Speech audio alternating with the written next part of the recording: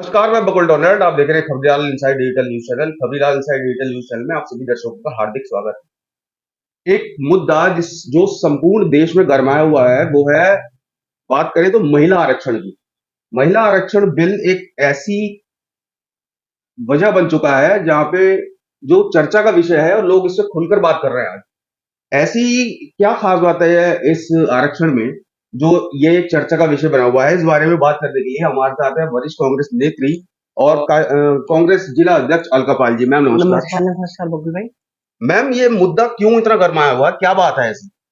देखिए, महिला आरक्षण बिल के नाम पे भारतीय जनता पार्टी सिर्फ ढकोसला कर रही है, छलावा कर रही है। अगर महिला आरक्षण बिल और महिलाओं को सशक्त करने की बात ना सिर्फ राजनीति के क्षेत्र में, इस देश की आम महिला को भी सशक्त करने की अगर शुरुआत की है तो वो कांग्रेस पार्टी ने की है। देखिए, मैं आपको याद दिलाना चाहती हूँ, अगर हम राजनीति से अलग हट के बात करें, जब हमारा देश आजाद हुआ और हमारे देश का संविधान जब लागू हुआ तो हमारे देश में महिलाओं को जो वोट डालने का अधिकार मिला, तो हमारे संविधान निर्माताओं ने महिलाओं को भी वो वही सम्मान, वही दर्जा दिया जो एक पुरुष के वोट का होता है। तो महिलाओं को तो इस देश की जो सशक्त करने की जो धारणा थी और जिसको धरातल पे उतारा, और इस देश की प्रत्येक महिला को वोट के माध्यम से, वोट के अधिकार के माध्यम से जो सशक्त किया, वो केवल और केवल कांग्रेस पार्टी थी। ये तो आरक्षण से पहले और आजादी की बात की बात है। इसी तरीके से तमाम क्षेत्रों में आपने देखा होगा, इस देश की प्रथम प्रधानमंत्री बनी श्रीमती इंदिरा गांधी जी, एक महिला थी। इस देश की जो पहली राष्ट्रपति बनी प्रतिभा पाटिल जी, वो एक महिला थी। वो कांग्रेस ने महिलाओं को सर्वोच्च पद अगर देने का काम किया तो वो कांग्रेस पार्टी थी। इस देश की पहली लोकसभा स्पीकर मीरा कुमार जी, जो दलित समाज से आती थी।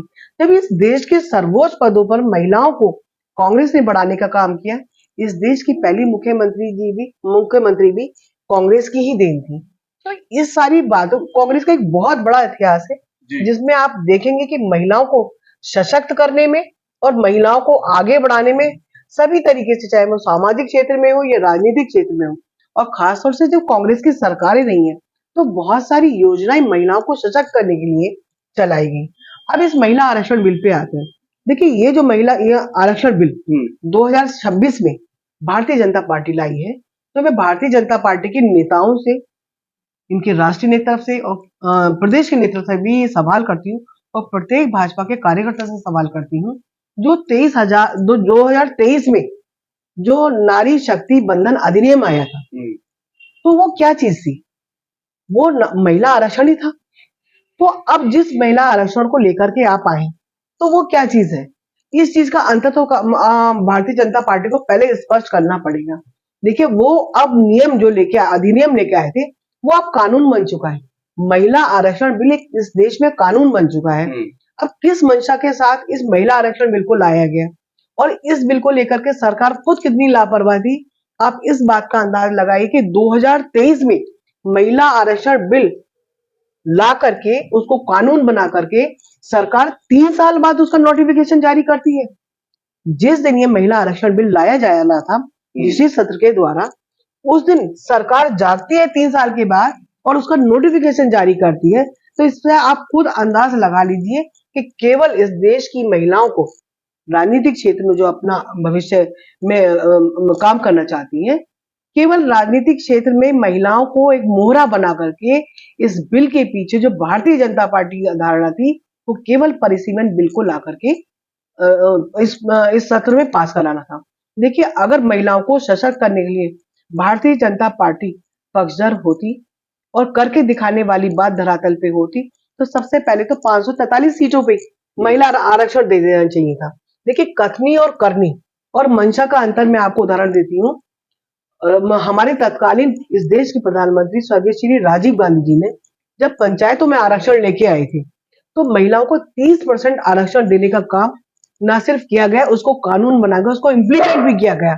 आज इस देश के अंदर करोड़ों महिलाएं, जो चाहे वो क्षेत्र पंचायत हो, चाहे वो जिला पंचायत हो, उसमें तमाम सारी जो महिलाएं करोड़ों की संख्या में आज जनप्रतिनिधि है, वो सिर्फ और सिर्फ कांग्रेस पार्टी की देन है। और जो ये बिल, महिला आरक्षण के बिल अब लाया गया, इसके पीछे भी एक बहुत लंबी लड़ाई, और जो क्रेडिट असली वास्तविकता में जाता है वो भी कांग्रेस को जाता है। राजीव गांधी जी का सपना था कि जिस तरह से ग्राम पंचायतों में सत्ता का विकेंद्रीकरण करके गांव के कोने कोने में गली गली में महिलाओं को राजनीतिक रूप से सशक्त करना, ये राजीव गांधी जी का सपना था। राजीव गांधी जी महिला आरक्षण बिल भी लेकर आए थे, लेकिन उस समय वो बिल गिर गया था। उस समय भी यही लोग जो आज पार्लियामेंट में बैठे हैं, जो आज सरकार में है, उन लोगों ने, अधिकांश लोगों ने उस बिल का विरोध किया। लेकिन जो बिल राजीव गांधी जी के टाइम में गिरा, उसको हमारी यूपीए की चेयरपर्सन श्रीमती सोनिया गांधी जी ने उसको आगे बढ़ाया, क्योंकि वो राजीव गांधी जी का सपना था। वो चाहते थे कि विधानसभाओं में और संसद के अंदर भी महिलाएं राजनीतिक रूप से सशक्त हो और उनकी भागीदारी होनी चाहिए।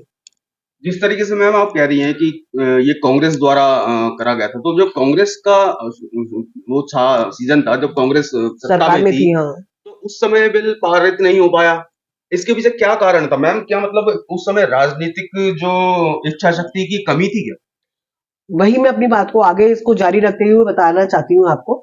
जब यूपीए की चेयरपर्सन सोनिया गांधी जी ने इस बिल को लाई, तो हमने वो बिल अपनी सरकार में राज्यसभा में पास कराया था। लेकिन लोकसभा में जो आज भी महिला विरोधी लोग हैं, जो आज भी महिलाओं को दोयम दर्जे का समझते हैं, लोकसभा में हमारा बिल गिर गया। आज पार्लियामेंट के अंदर भारतीय जनता पार्टी की सरकार में हमारी बच्चियों के, महिलाओं के भ्रष्टाचारी और बलात्कारी लोगों को शरण दी जाती है, उनको सम्मानित पदों पर बैठाया जाता है। ब्रजभूषण सिंह आज ही पार्लियामेंट के अंदर बैठता है। कुलभूषण सिंह भारतीय जनता पार्टी का विधायक रहा है, और जब 15 अगस्त को लाल किले के प्राचीर से नरेंद्र मोदी जी, इस देश के प्रधानमंत्री जी, जब बेटियों के लिए नारा देते, बेटी पढ़ाओ बेटी बचाओ, तब उस दिन बिल्किस बानो की गुनाहगारों को जेल से रिहा किया जाता है, और उन भारतीय जनता पार्टी के कार्यकर्ताओं को गले में फूल मालाएं पहना करके उनका स्वागत किया जाता है। तो ये तो इनके चरित्र का अंतर है, ये तो कथनी और करनी का अंतर है। उस बिल को इन लोगों ने जब गिराया, कांग्रेस पार्टी ने दोनों सदनों में ला करके ये प्रयास था कि इस बिल को कानून का रूप दे करके महिलाओं को सशक्त किया जाए। लेकिन आज जो बिल 2027 में पेश किया गया है, उसको महिला आरक्षण बिल से जोड़कर नहीं देखना चाहिए। इस देश को गुमराह करने का काम किया जा रहा है। मीडिया में भी तमाम सारी ऐसी खबरें फैलाई जा रही हैं कि कांग्रेस पार्टी इस महिला आरक्षण बिल के विरोध में है। ऐसा सरासर नहीं है। आज भी हमारा कहना है कि या तो आप 543 सीटों पर जो 2023 का बिल था उसे लागू करिए, जैसा उस समय कांग्रेस ने पूर्ण समर्थन किया था। आज भी कांग्रेस पूर्ण समर्थन उस बिल का करती है अगर 2023 वाला बिल लाया जाता है। लेकिन 2026 के बिल का पूरा पुरजोर विरोध होगा, क्योंकि ये जो बिल था वो पूरी तरीके से परिसीमन बिल था, और कहीं ना कहीं जनसंख्या के आधार पर इस बिल को ला करके इस देश में राजनीतिक विषमताओं को और प्रदेशों की लड़ाई में आगे इस भविष्य में ऐसा होता कि प्रदेशों में भारतीय जनता पार्टी अपना अस्तित्व बढ़ाने के लिए, अपनी सीटें बढ़ाने के लिए इस बिल को लाना चाहती थी। छोटे प्रदेशों में और बड़े प्रदेशों में एक प्रतिद्वंद्वता इसके अंदर भविष्य में आती, और कहीं ना कहीं हमारा देश अस्थिर होता। इसी मुद्दे पर एक सवाल मेरा ये बन रहा है मैम कि क्या कांग्रेस पार्टी जो है ये इस कानून के खिलाफत में है या संशोधन चाहती है? देखिए, अब संशोधन की तो आवश्यकता ही नहीं है। जब वो 2023 का जब महिला आरक्षण बिल लागू हुआ, जब वो कानून बना, तो इस महिला आरक्षण बिल तो ऑलरेडी इस देश की महिलाओं को मिल चुका है। इसको इम्प्लीमेंट करने की जरूरत थी। उसको 3 साल के बाद आप नोटिफिकेशन जारी करके उसको आप अब अपनी लापरवाही सरासर उसमें दिखा रहे हैं कि हमने 3 साल तक इस महिला आरक्षण बिल को एक खाली एक तरफ कोने में डाल दिया था, और महिलाओं के प्रति जो गंभीरता थी उससे सरासर खारिज करने का काम उन लोगों ने खुद स्वयं किया है। हमारा जो ये संशोधन वाला बिल है, तो इसके अंदर सबसे पहले संशोधन आप बाद में करिए। इस देश में आप हालात जानते हैं, आर्थिक अर्थव्यवस्था हमारी आज किस ओर जा रही है। अगर अभी आवश्यकता नहीं है कि आप 800 से ज्यादा लोकसभा में आप सांसदों को बैठाएं। अभी जो 543 सीट है, आखिर पूरे साल भर में 543 सांसदों को ही अपनी बात रखने का पूरा मौका नहीं मिल पा रहा है, तो 800 से ज्यादा जब सांसद इस पार्लियामेंट में होंगे तो कितनी बात उठा पाएंगे। अगर वास्तविकता में ईमानदारी है तो उन 543 में से ही 33% आरक्षण अभी तुरंत लागू होना चाहिए, प्रभाव से लागू होना चाहिए। इसमें भी संशोधन की आवश्यकता नहीं है। मैम, बात करें इस आरक्षण की तो ओबीसी के लिए क्या आप अलग से कोटे की मांग करते हैं, या जो है अगर आप अलग से कोटे की मांग करते हैं तो आपका जो क्लियर रोड मैप है वो किस तरीके से रहने वाला है? देखिए, जो 2026 का आरक्षण बिल लाया गया था, तो आप जानते हैं कि जातीय जनगणना चल रही है, लेकिन उसका इंतजार ना करके रातों रात भारतीय जनता पार्टी ने क्या काम किया, उन्होंने 2011 के आधार पर 2011 की जनगणना के आधार पर तुरंत इस बिल को लाने का काम किया विशेष सत्र के माध्यम से। लेकिन हम चाहते हैं कि इस बिल को तुरंत ही 2023 में जो बिल बनाया गया था उसको लागू किया जाए।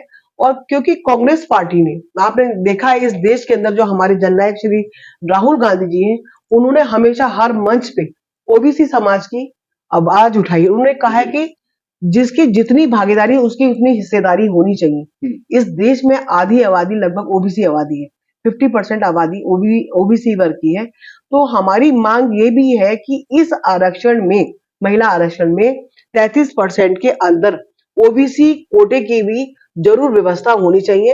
ओबीसी के आरक्षण के बगैर ये महिला आरक्षण बिल अधूरा है और कांग्रेस पार्टी इसका पूरा विरोध करेगी अगर ओबीसी महिला को आरक्षण इस महिला आरक्षण में नहीं दिया जाता।